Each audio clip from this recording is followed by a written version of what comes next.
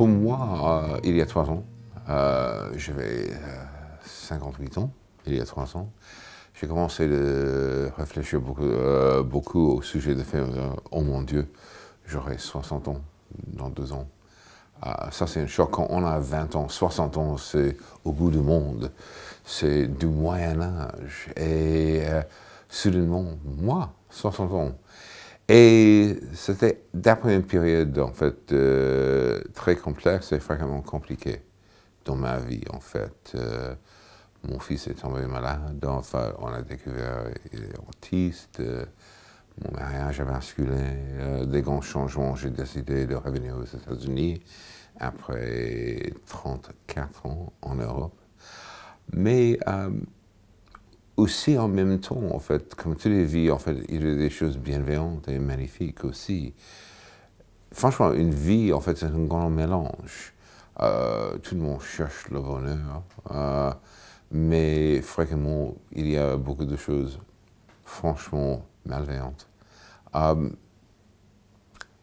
Et à la fin, j'ai commencé à réfléchir du fait que j'ai survécu beaucoup de choses, mais comme tout le monde, je ne suis pas unique. Chaque vie a des aspects magnifiques et aussi tragiques. Et pour moi, on vit maintenant pendant une époque où il y a des gens partout très manichéennes. J'ai des réponses. Si on fait ça, ça va arriver. Une duce, une voce.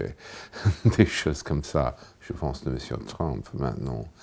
La vérité, si on est assez malin au sujet de la vie, assez cérébral, on comprend qu'il y a beaucoup de questions dans la vie, mais pas de réponses. Pour moi, Sartre a écrit « On est seul dans un monde difficile, fréquemment méchant ». On est complètement responsable pour ses propres actions, ses décisions. Et il n'y a pas un Dieu, mais il y a soi-même. Et je suis 100% d'accord avec ça. J'ai décidé d'essayer quelque chose de complètement différent, mais d'une manière romanesque. J'espère que toutes ces grandes questions, c'est un livre profond, mais aussi très, très accessible. Et je pose dans ce livre 7 questions atypiques, mais très universelles. Au sujet de la vie, j'utilise aspects de ma propre vie, en fait, mes histoires, en fait, mes dilemmes, mes péchés, mes blessures, mes tristesses, mais aussi des histoires des autres, des références philosophiques. Et j'espère pour le lecteur, la lectrice, le livre va fonctionner comme un miroir, où on peut faire face en même temps ses propres dilemmes aussi.